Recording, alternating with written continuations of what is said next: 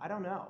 It's just a confluence of events that have happened. I think part of it, we did see a lot more interest from clients after the presidential election. I also think there have been a couple of highly public ESG events that have taken place. There's a bank that just got fined $1 billion today, right? There is a public, let's call a spade Facebook, right? These are ESG issues. And so I think, people are beginning to pay attention that this is material in what they're doing. So I think it's kind of a confluence of events. And there's also actually a transfer of wealth taking place. And we find we have a large private client firm or private client business. And we, the people that own the assets today, some of them are very interested, but we believe that when those assets transfer, we're going to have to prove that the person that inherited that we are responsible investors, that we can give them different products.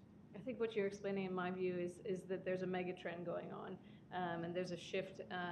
It's potentially an era shift in terms of this is the sustainability era, and people are getting more and more interested in this. The idea that Whole Foods is the fastest grocery store chain growth in the U.S. and around the world, when 10 years ago people would have looked at you with a third eye saying that you're looking for organic baby carrots.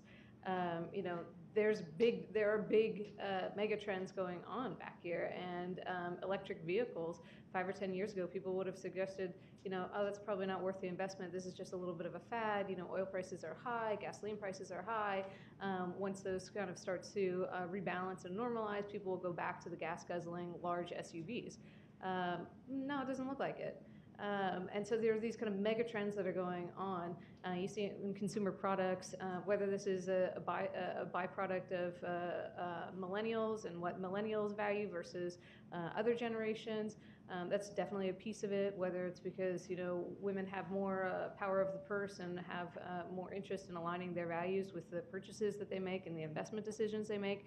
Absolutely part of it. But there's a massive confluence of factors that are coming together to cause this kind of perfect storm that will lead this into being not just a trend or a blip in the system, but probably an era of sustainability. And I would just add quickly that I think that social media has played a big role in this in terms of awareness of supply chains and who is making this garment and what are the conditions and child labor. And I think also the paralysis in Congress has led to a need for kind of somebody else to step in and exert some influence on these companies, because I don't think we can really trust that the regulators are always doing the job effectively. So to have another voice with the investors, I think is really important.